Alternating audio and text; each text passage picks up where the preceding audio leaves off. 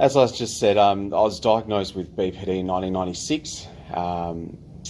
My parents had divorced a couple of years prior. It started off very slowly and just snowballed, essentially, the amount of admissions I was having to hospital. There were different procedures back then. There wasn't much knowledge. There was a lot of denial around BPD and what it was. Some thought it was attention-seeking behaviour, some thought it was manipulative behaviour. And I never really got, or my family for that matter, never really got an explanation as to what I was going through. I trialled various medications throughout the years with very little effect. They doped me out. They turned me into a zombie pretty much. If you tried having a conversation with me, it usually consisted of one or two words, yeah, I'm going great, or something like that. So, in and out of hospital I went. I became a ward of the state when I was quite young. I lived in government residential care facilities that weren't very helpful, in the sense they didn't really address my problems at all. I saw many kids with rather disturbing problems and behaviours that I learnt that I probably shouldn't have. They were not nice environments, and it really just exacerbated my issues to the point, my hospital admissions would continue, and so would my medications. When I turned 18, I was pretty much kicked out of that system. I was 18 when I moved to Perth. I don't know, it's hard to explain, but one day I just decided to go to Perth. I booked a ticket and over to Perth with $5. I went and I lived there for 2 years. I sought mental health services. Quite common. Yeah, I was trying to run away from my issues. I can look back now and soon realised it didn't work like that. I couldn't just pick up and start a new life because I hadn't addressed anything. I didn't have any help to address anything. But nevertheless, I sought mental health services over there. I stayed in mental health accommodation over there called Richmond Fellowship for a couple of years. And then I decided to come back because I missed my family, and I had gotten somewhat better, but at the same time, my mental health was still a very big roller coaster. So when I moved back to Adelaide, I stayed here for another few months, I think, and then moved to Melbourne for another 6 months.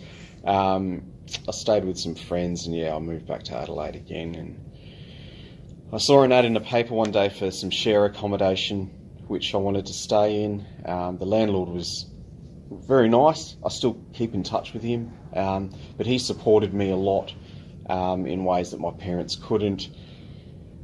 It's hard to describe. He didn't accept any of my nonsense. He was aware of police and ambulance services turning up and taking me to hospital and knew there was something wrong with me.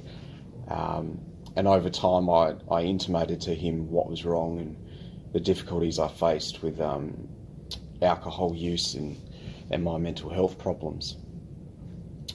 So I stayed in those places for about 5 years. I've been married. I'm looking at a divorce now. I've been in a relationship for 3 years. I have a daughter, Violet. She's 9. She really straightened me out. It was, by no means am I saying your borderline loved one should go out and have children or get married. It was a very surreal experience, but I noticed when I had my daughter, it was a different focus. I could put focus on something. Same with a job. I first started out working for Coles as a checkout chick in retail, and I slowly worked my way up. And the way that came about was I was sitting at home one day and I was like, I want to go out with my friends. I want to go and do something with my friends. It was during the day. It was like 12 o'clock. And I spoke to each one of my friends and said, hey, do you want to go do something? And they're like, no, we're busy. We're at work.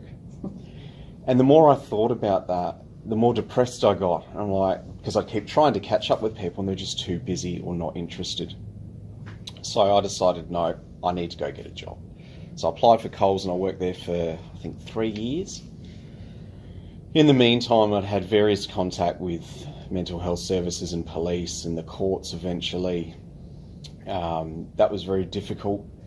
I ended up leaving retail because of issues with the criminal justice system, and I haven't been to jail, thankfully, but it came pretty close. My life was a very bad roller coaster for a very long time.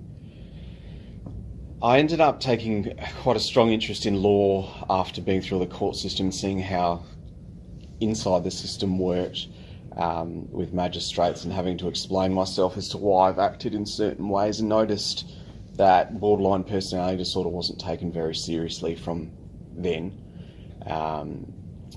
There was a mental health court diversion program which I was successful in completing. That really helped me gain some traction to get back on my interests and wanting to study law. So fast forward to 2015, I enrolled in a course at Flinders University, and I've been studying since. I'm only studying part-time because I gained also employment with the government. I work full-time for them, so I'm studying law part-time on the side.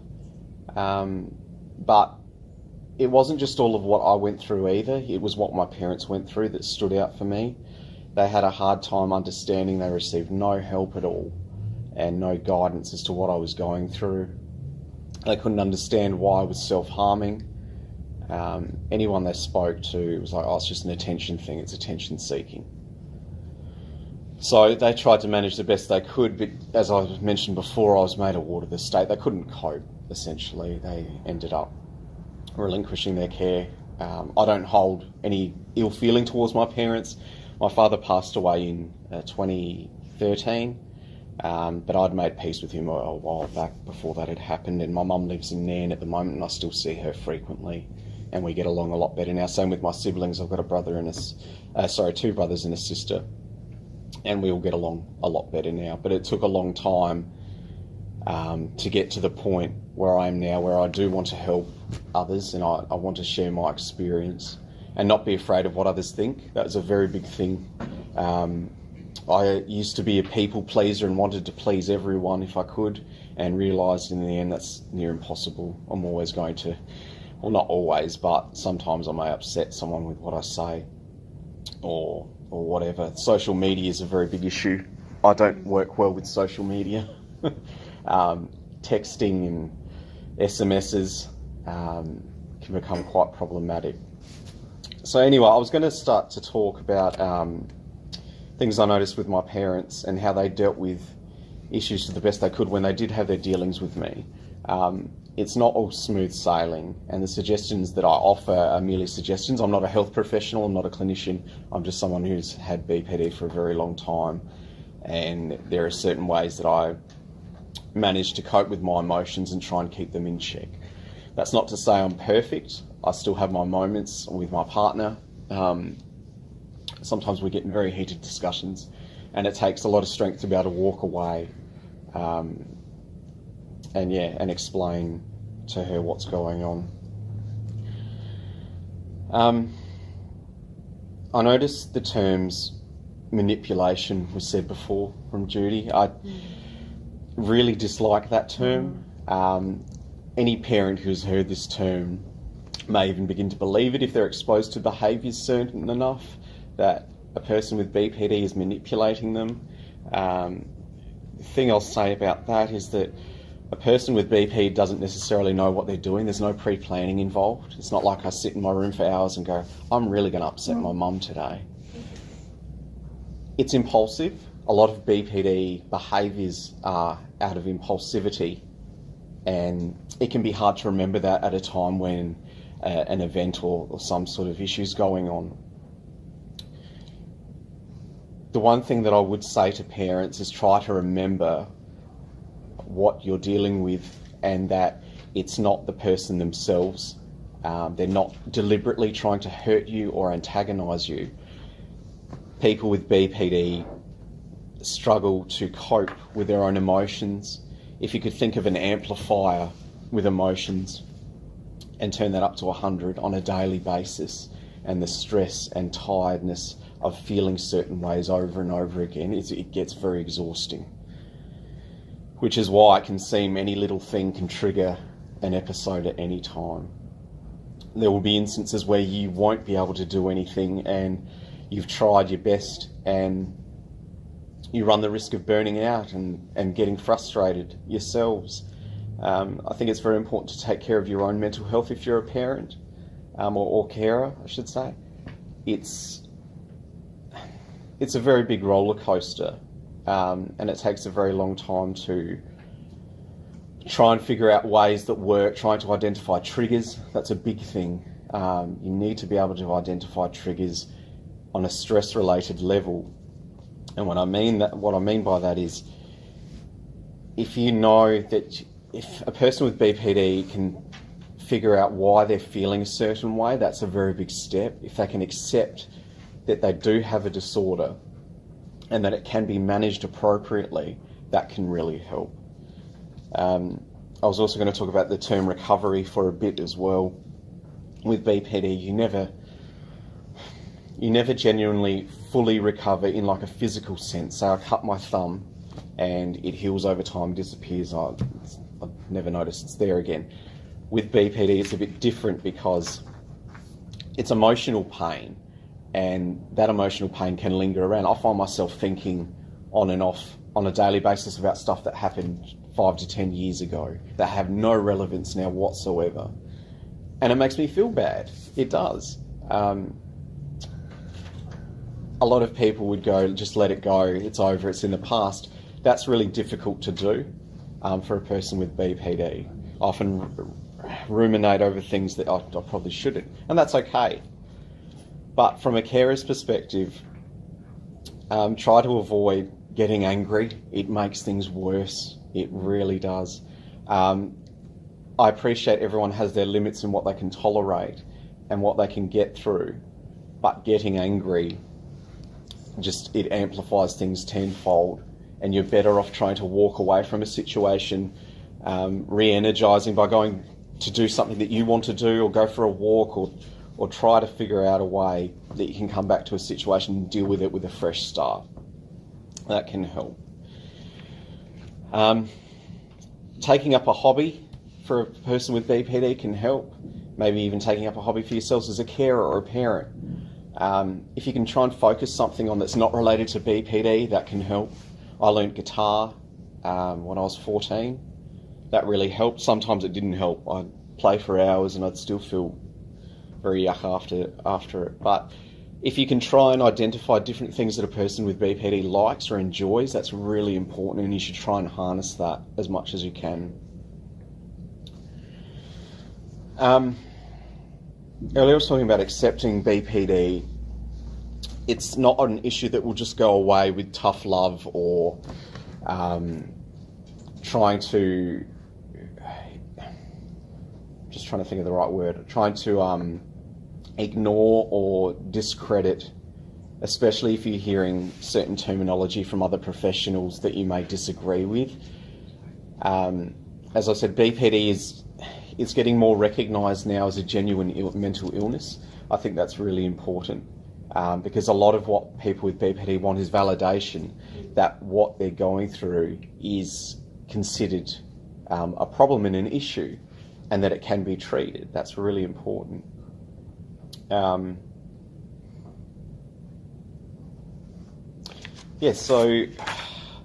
I was looking today on the internet for some things that people with BPD would like their parents or friends or loved ones to know.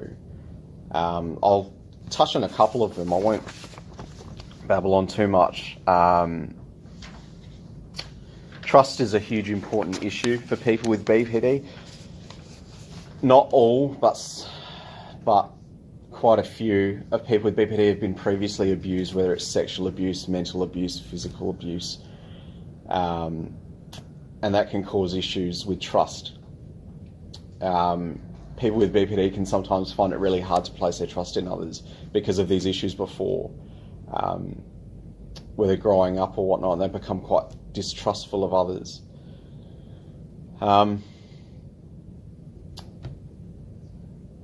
BPD can cause real issues with maintaining relationships as well, let alone parents.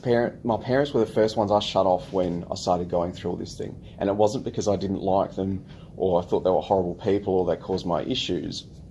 It was my way of coping. I never liked having to answer to my parents. The main carer I had when I was younger was my grandmother. and she was a rock for me. She'd come and see me when I was in hospital and come and visit me, whereas my parents wouldn't. They'd refuse to come and see me in a hospital. But she spent a lot of time with me. And the interesting thing about my grandmother was she had a no-nonsense attitude. If I'd cut myself or self-harmed in some way, she'd make it very known to me she didn't like that behaviour, but at the same time she listened to me. And listening's a very big thing.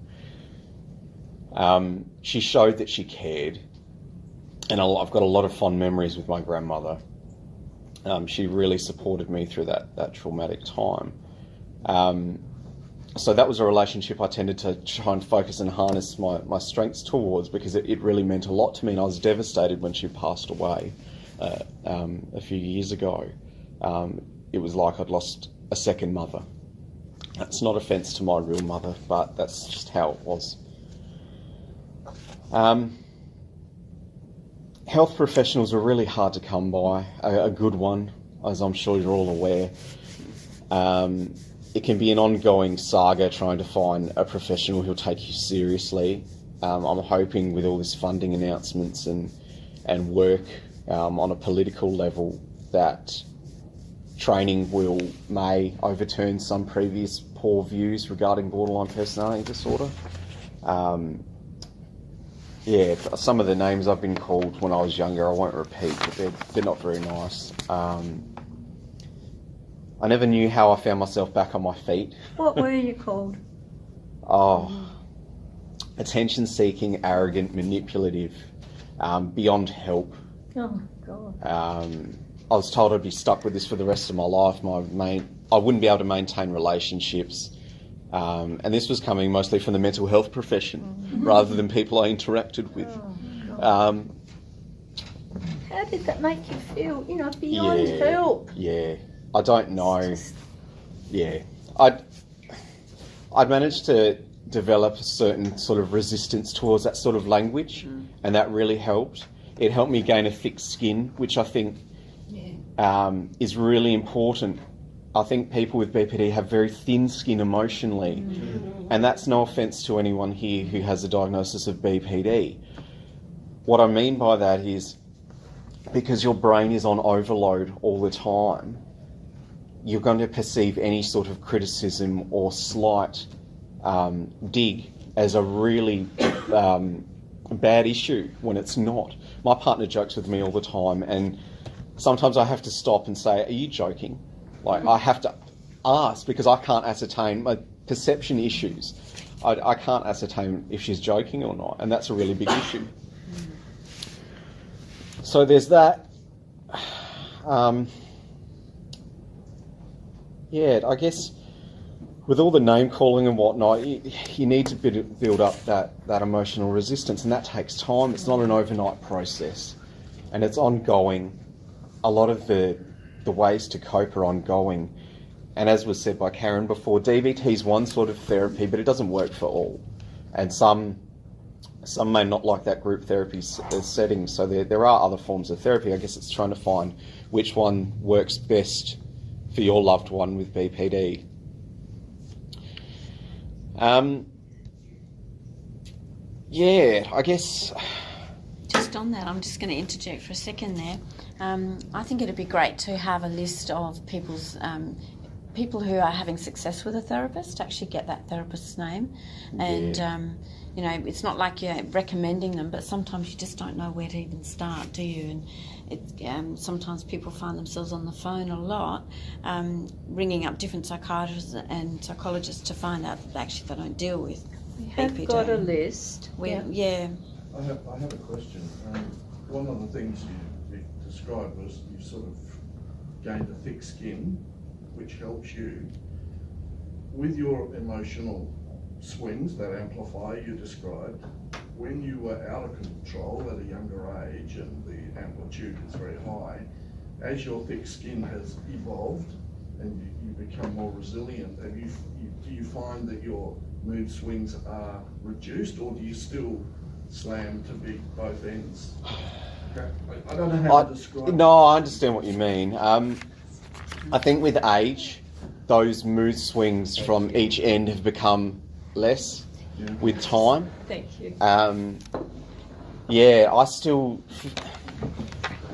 A lot of it's to do with age for sure. I think you mature in the brain a lot more. You learn...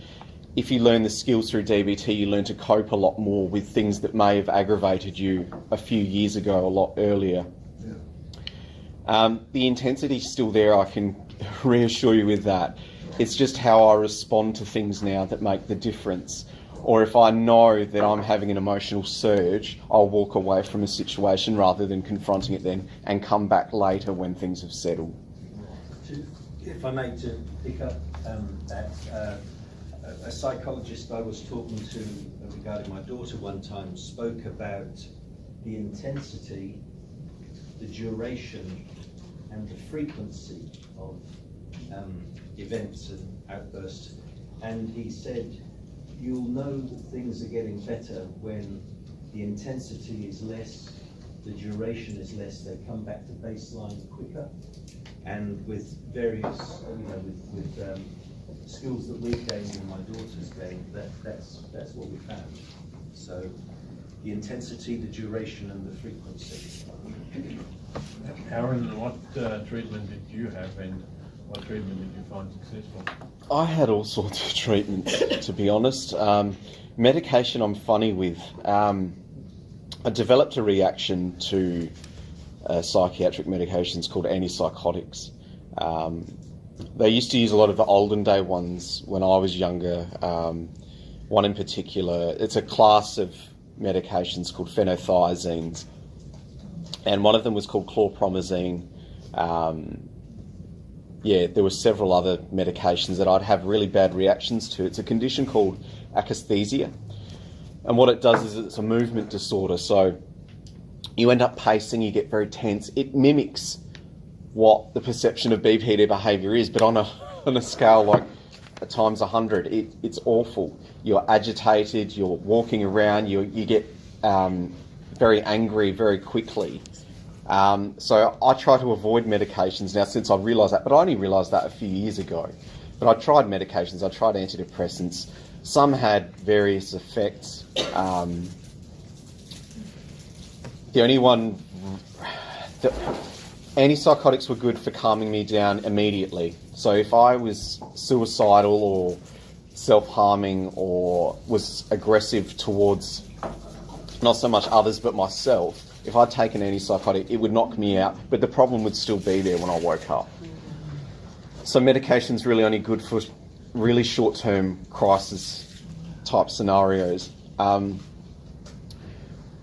ended up having... And this isn't to do with BPD, so I want to be clear when I say this. I've had ECT twice, as in shock therapy.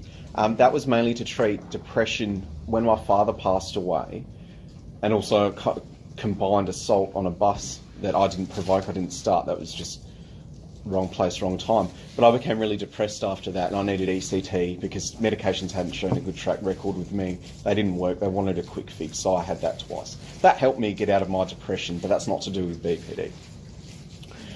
The DBT treatment programs that I did, I first completed a treatment program in 2010.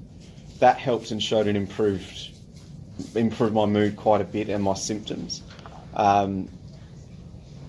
It was when I'd started working and I'd been in trouble with police a couple of times. One of my key issues was alcohol use. I'd go out in the city and I'd drink. I used alcohol as a coping mechanism, and I see that now. I mean, I can drink now and it's not an issue, but I'd go into the city and I'd drink, and it'd always end bad. I'd stay around to all hours of the morning. What started off as one or two drinks, I go, I'll just have another one, and before you know it, I'm quite intoxicated and causing problems for police and ambulance by ringing up stating I was suicidal when I had no intention of any of that. I was just feeling distressed with my emotions, and alcohol amplified that. That's when I realised I'm not going to drink in the city anymore, and this was a couple of years ago, but I'd got in trouble at work because of this, and I'd been charged with disorderly behaviour and gone through the courts and come out the other end and had to explain myself to my work, and that's when I told them about what I'd gone through. They've been incredibly supportive. I said, look, I need to do this DBT treatment course again. So I applied through Southern Mental Health and did a full course again for the year. So that worked for me. DBT is the main thing that worked for me. It was hard because it is a group scenario. It's not a group scenario in the sense that you'll share your problems all together at once. It's not. There's a set agenda. And there's core principles like mindfulness, emotional regulation, relationships. There's different key components as to what they discuss. It's advised that you're not to talk about your issues in the actual group scenario. It's not personal issues, so I don't go there and say, you know what, I've had a really crap day today. My ex yelled at me this morning for something minor and I just lost it. And I went, no, it's that the group scenarios aren't for that. You have one-on-one sessions with a therapist that are additional to the DBT group program, but that's what those one-on-one sessions are for. If you've got grievances relating to separate issues, that's what you use those sessions for. The group ones are more for learning and applying the skills, and you get given homework and you have to do that homework. You also have to attend all the sessions. I think you can miss up to 2 sessions, but if you miss more than 2, you get kicked off and you have to try again. It's a pretty vigorous screening process. I think you have like a total of 3 appointments. They screen you to see if you're ready to do it, because it is a very big commitment. And yeah, if you're not committed, then you're not going to find the treatment useful, and it may deter you from going back later on. So, but DBT was the treatment that helped me the most out of everything. So, I don't really use medications that much anymore. I haven't for several years. I've got some Serapax, which is like a benzo, a muscle relaxant. If I get really anxious or feel horrible, I can take one, but I got the script a year ago and I haven't taken any. To be honest, I've had probably more stress placed on me in the last year through my law studies and work and my daughter. I took on a full-time load at uni this semester just gone, and I passed all my subjects, but that was a lot of stress to do that. So it just goes to show that what I wanted to do is I wanted to be mindful of what I was getting myself into was stressful, but at the same time being able to achieve that, because if I want to become a lawyer, which I do, it's going to be that stressful anyway, if not more. So it was setting myself up to gauge levels of where I'd be able to cope. So we'll see. But that means you've come a long way, haven't you? Yeah.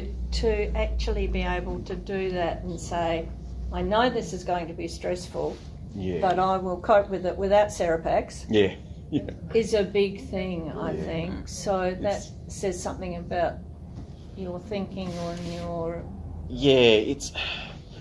as I said before, I think a lot of it's to do with age. I think the older you get, the more things become less intense.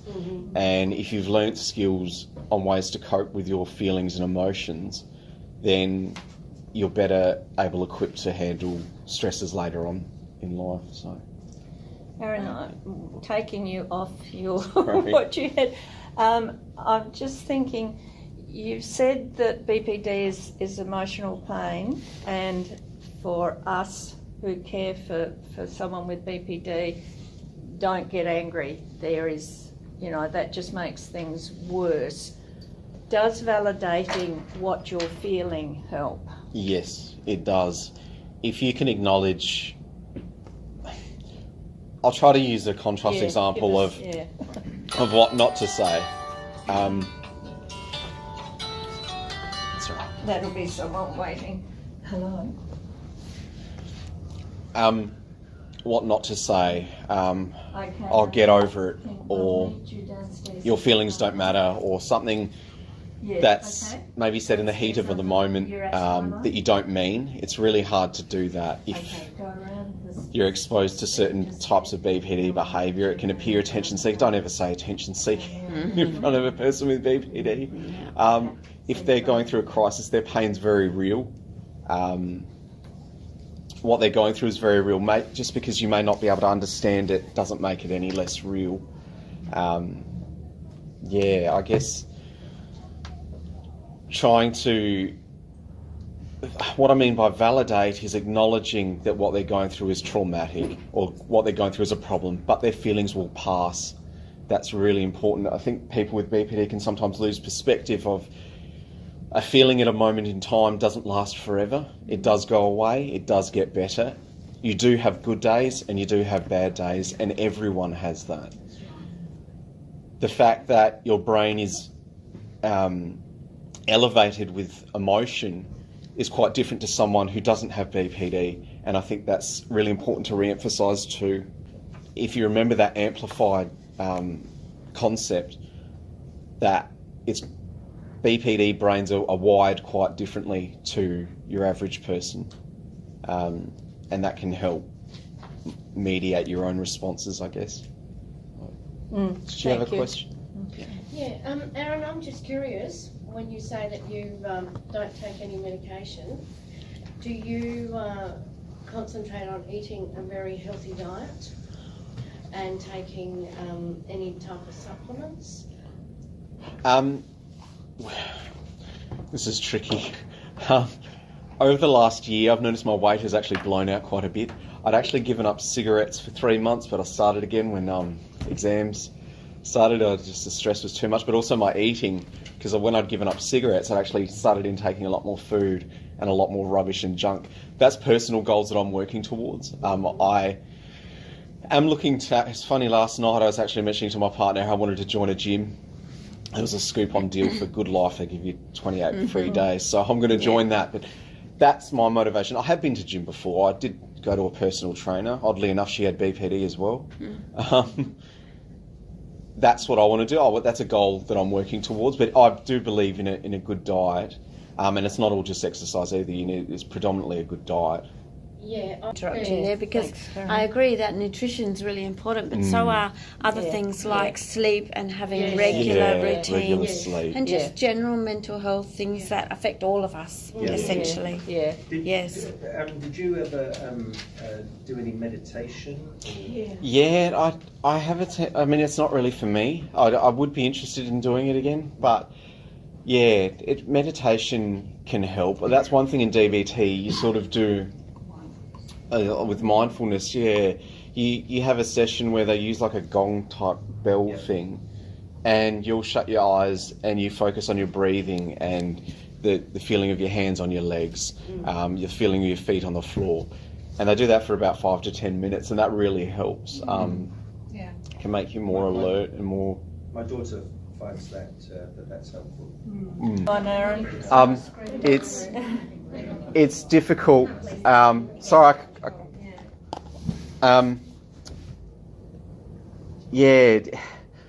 When a crisis happens in the home, it can be very traumatic for everyone involved, including other children.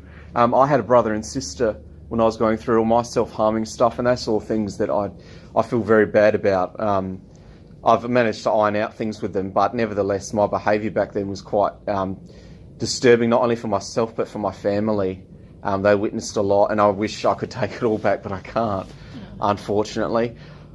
I guess the way to manage a crisis in a family environment with other siblings or other children is to protect them first, get them out of the house, try and find someone who can take them for a couple of hours. I mean, if you can't do that, then maybe you need to look at other options, such as taking a person with BPD or who's going through a crisis to hospital. If it's really bad, call the police. My parents called the police on me a few times because my behaviour was that out of control, and they wouldn't have been able to get me in the car if they'd tried. So it depends on the level of intensity. Aaron, I haven't heard you speak about feeling lonely or aloneness. Oh, yeah. Our BPD person is that she's destroyed almost all the friendships. Yeah, no, look, when I was younger, I was in the goth scene, the gothic subculture. I listened to 9 Inch Nails and Marilyn Manson. Yeah, I was waiting for it. That's okay. You know what? I'll say something about that in a minute. But I hung around that culture, and I had people who I thought were friends. Yeah. Turns out they weren't my friends. I was doped up to my eyeballs in medication a lot of the time to really value friendships. That was the difference with me, is that I wasn't really interested in friendships at that age. But as I got older, I noticed that I had trouble keeping relationships, especially romantic ones, when I was think I was 16 or 17, I really adored this girl that I'd met, and we'd started dating, and I sabotaged the relationship. I broke it off. I can't remember to this day why I did, but I see her now, ages later, and I regret doing that because she's turned into a lovely person. She went through her own issues for a long time, but I still keep in touch with people from Boylan Ward when I was younger, and see how they've grown, and I try to be supportive to them because I've got friends that I met in there with BPD, and I try to assist and help them, but I know my limits as well. So friendships are hard. I did get lonely when I was moving interstate a lot. I'd never really made friends for a very long time, but I was used to that. I ended up becoming quite used to that. I thought that's just how life was. I would never sustain proper friendships, and that was what I was told, like mental health, that my relationships with others would always be rocky and they wouldn't be very rewarding. So doing DBT made me made me realise, but I learned to realise that unless I could love myself first, I'm not very attractive to anyone else. If I'm self-harming, or if I've got a negative attitude all the time, if I'm bagging the hell out of a TV commercial, which I always used to do. We'd be watching a TV show with my partner when I was younger, and I'd bag the hell out of celebrities, find all their faults, little nitty-picky things that really made no difference to anyone whatsoever. But it'd make me feel better about myself for a short period. But I learned to stop doing that. I learned to start accepting faults rather than criticising them. And that's really important as well. But I've maintained, I still today don't have a lot of friends, and that's fine. That doesn't bother me. I know what I want to do. My partner's my best friend. We go out and we do a lot together, and it's not fair on her sometimes because it's not like I go down to the pub with a few mates and talk about my issues. I don't have that. It gets harder to make friends as you get older as well, and people tend to stay in their closed groups. So it does still get lonely. It does. I still feel lonely from time to time, but at the same time, I don't bash myself for that too much anymore, and I'm comfortable in my own skin now, whereas I wasn't before, and I'd want to help everyone and do everything for everyone before. I'm not saying I'm a selfish prick now, but I try to balance between listening to someone and their needs and what they're going through, instead of just focusing on my own all the time or talking about myself constantly, which is what I used to do again. I'd always talk about my issues and not listening to others. So I hope that helped answer your question. I found interactions with police a variable experience. I've met some really good officers who are really supportive, especially in the earlier days when I was going through I like to call them adult tantrums because they help me see them for what they were, and I can laugh about it now. But my behaviour at that time wasn't funny. It was quite damaging, and often police would be the first port of call. I think police do a terrific job. Their job is stressful on a daily basis, probably to the same extent as a person with BPD. They deal with a variety of scenarios.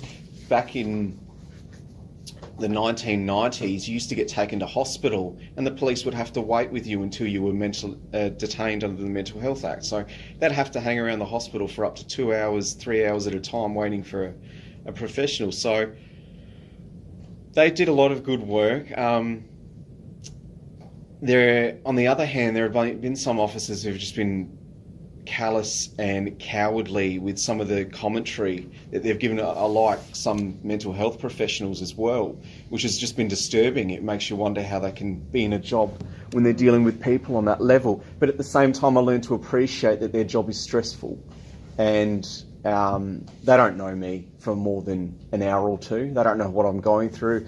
It's not like they check their records and read my full history and go, well, he must be mentally ill. I do have a lot of respect for the police. Often my court stuff was initiated off my own accord through drinking too much or through my own issues. And again, I do have some regrets for that, but I do respect the police and their job and how hard it is for them. So have you ever been told that you're an alcoholic? And are you? Personally, I don't identify as an alcoholic anymore. Probably a year or two ago, I would say I was heading down that path. I used to drink to avoid my problems, whereas now, take Christmas for example. I had my daughter the entire Christmas period, and I had a family, my dad's side of the family, he had a bunch of brothers and sisters that we still keep in touch with, and they had a Christmas Eve too. I was driving my daughter around everywhere, just as I was on Christmas Day as well. So I couldn't drink that much. That was fine. I'd gone to this event with my daughter, I'd had one beer, and that was it. I made sure I wasn't going to have any more, and I did. I didn't have any more alcohol. So I was functional to be able to drive, I was responsible, but I knew the conditions of when I was going to go out, and I made it clear to myself, if I'm going to go out, this is how much alcohol I'm going to have. I've never really been told by anyone that I'm an alcoholic, other than one mental health professional that I saw once, who'd read my case notes in a matter of minutes and made that determination from all the times I'd called in a drunken state. That's what I'm saying. Before, probably a few years ago, I would have identified as an alcoholic, but not anymore. I've overcome that. Alcohol's not an issue anymore. As you enter the normal real world, perhaps being a lawyer or something like that, do you have to become a closet mental health person? Is it something you have to keep secret? No, I wouldn't say that. As I said earlier, I've developed quite a tough skin. I'm happy to discuss mental health issues with lawyers if they're interested in hearing that side of the coin. But at the same time, I don't really take criticism towards my mental health as an irritant or something that holds me back anymore. It's the same like working for the government. It's funny you mentioned that, because I was thinking about today, I used to be really good friends with this guy at work, and we chat all the time, and then there was a selected few bunch of people I decided to tell in my work of what I was going through, just so they knew, because they could see I was visibly absent quite a bit. And I told this person, and I thought everything was fine, but over the last year, I don't speak to him anymore. He's just lost contact, and that hurts. That's we had a friendship before, and then he's just cut it off. And I see him go around the office saying, "See ya, good night to everyone, but misses my pod," and that's really, really frustrating, and it does test me. It does. It's rude, but I let it go. I don't let it bother me. When you filled out the form for the public service that said, "Do you suffer from a mental health issue?" did you have to declare things like that? I have declared it since then. The problem is when I was younger, in 2012 when I joined the public service, there is a box to tick if you identify as having a disability. I'd seen a psychologist who said there was nothing wrong with me and I was fine, and that was it. So I ticked no, because that was the impression I got. I'd overcome whatever it was in my past. The problem was issues re-emerged after that when stress levels at work started to develop and whatnot. But nevertheless, I disclosed my mental health condition to my employment once the issues with the courts had come to light, because I could no longer manage it on my own. I was trying to manage it on my own for so long, and it wasn't affecting my professional relationship, if that makes sense. I'm very work focused when I'm at work. I don't let the BPD creep in or irritate me. As I said about the guy going around the cubicles before, I don't let it affect me in that sense. I'm not aggressive, or I don't speak to people in a rude manner at work. I respect people's decisions. I talk to people like they're human. Aaron, if somebody had a diagnosis and they were applying for the public service, but they ticked no, that they didn't, are there any legal ramifications to that? Or is it protected by confidentiality and privacy? It depends. I'm not sure it'd be considered misconduct as such. This is the issues I had when I ran into legal problems, is my behaviour in front of police before that was construed as misconduct. Not ticking a box on your form, it depends on the circumstance really. I mean, I don't know why you wouldn't identify with a disability. It's not a preclusion as such to employment. For one reason, in say my daughter's case, she's ineligible for a disability pension. She's deemed fit for work, so if the disability doesn't count here, then it doesn't count there. That's the thing, is there's no blanket rule as to what constitutes a disability. People will use disability in a sense when they want to, and I've noticed in family law as well. They'll use all your disabilities when it suits them, but not recognise it in other areas, and that's a problem. I guess if it were me, I would play the system and ride it like you. And if something goes wrong down the track, then I'll explain it. Well, it's like with uni, I actually had to go and get a disability action plan because I was taking on a full-time load.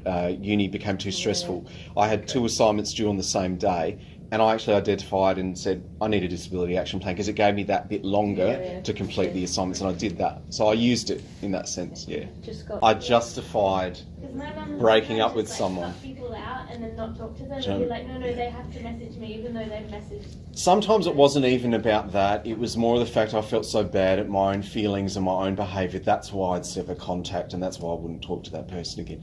It wasn't always what they've done is wrong, but I do identify with that sometimes as a reason for breaking up. I'd try and create a situation in my head where they've done something wrong, and that justified it to me to break Think up. about it, like over and over until it I became did. like how you could justify that, like. It's hard to talk about this in an open group. No, that's okay. It's just challenging, that's all. I was quite promiscuous when I was younger. I look back at everything now and don't bash myself for that too much, but I didn't really value relationships back then. Now, Does that include friendships? that includes friendships as well, yes. I didn't value them. They were just people, they had problems, they'd whinge to me about them, but that's how I saw it at the time. And I couldn't appreciate that they went through hard times, they needed someone to listen to equally just as me, and I guess that appears a bit selfish. That's not what I intended for that to be. The problem with BPD is you can become very trapped in your own head quite quickly, and it's hard to talk to someone else about it because you don't even know what the hell it means. So, And I really think that's something that we all have to remember, is that this is an illness. They're not, people with BPD aren't doing it. It's not deliberate. It's not deliberate. It's not manipulative. Sometimes it's not even conscious. It is an illness. It's an illness like having a broken leg and taking care of that broken leg, or sparing. Or a burns victim. Yeah. You wouldn't withhold know? pain medication to a burns victim. That's So just, you've got to remember that they are wired differently. They are wired differently. They think differently, and treat it as an illness, not as a bad behaviour. Just keep remembering that. Theo, sorry. He was just saying it takes a long time. Accepting it takes a long time is really important as well. There's no quick fix. I always wanted a magic pill or something just to stop it all, and it doesn't work like that. It takes time and a lot of patience. On your later. Once the DBT treatment starts, you may start to see improvements. It is a slow process and it's ongoing. As I said, I've done it twice before I noticed a huge, substantial improvement. But it does get better with time. Yeah. It really does. It's hanging in there. If you know that she's going to get treatment, hang in there and do the best you can, but certainly take time for yourself and speak to others. So that's typical then? People have DBT. Yes. They started this. They start at a very low level. They're integrated into a group slowly, and they build up their skills and can cope and manage slowly and better as they get along with the course. It's usually recommended that you do a full year. Some offer 6 months, but it is very intensive and it can be exhausting mentally, because you're challenging a lot of your old thought processes and your old coping mechanisms. You're finding out why they're not useful and the things that you can do that are useful, and it's hard to do the homework, but if you maintain it, you do really see a benefit. It's really hard to keep your own emotions in check when you're watching your own loved one lose it as such, or get angry or verbally abuse or call names or swear. Watching my dad grow up, he swore quite a lot, so I learned some very bad habits, but it's hard to contain your emotions when you're going through a crisis with BPD. It's never okay to be violent or angry or abusive, but at the same time it's a balance between understanding that a person with BPD is suffering from an illness on one hand and trying to be as supportive as you can, and not tolerating abuse or any of that stuff on another. I guess I would say take a breath. Try walk away from a situation for at least 5 to 10 minutes and come back to it. Yeah. If you're really struggling to understand where a person with BPD is coming from, just try and take a break. Tell them though that you're taking a break, that it's not them, and you're not abandoning them, you're not leaving them. You just need a break for 5 to 10 minutes to regroup and think about how to solve an issue. Yeah. Absolutely. Try not to draw comparisons either. That's one thing I wanted to say before we head off. Don't look at me and go, well, why aren't you like this? Why can't you do all these things he's done? I saw this awesome guy tonight and he's done all this stuff. Don't do that, because that doesn't help. It's just going to make things worse. People have different levels of functioning with BPD. People can be very low functioning, and I was very low functioning. I couldn't get out of bed. I was cutting all the time. I was in hospitals, in and out, quite a lot through my adolescence. It took me a very long time to get where I am. So don't try and compare it to someone that you know with BPD or a loved one. It does take a long time, but when I say that, it shouldn't be that daunting, because everyone has different levels of degree of what they can learn and what they can achieve. And the awareness in the community is increasing. It's more, This as we were saying, has grown by doubled in a couple of years, and it's continuing to grow. So the amount of awareness, as well as the political awareness, is increasing. So more help is going to be available, especially to the younger people. Yeah. And this That's is really a place important. to start to get your orientation about where to go next. Yeah. Thank you. We might finish. Yeah. Aaron, Wrap it up. thank you so very, That's very okay. much. Can we please? Thank you. Amazing. Thank you. That is from us for you. Thank you. you very, very much. Thank That you. was just wonderful.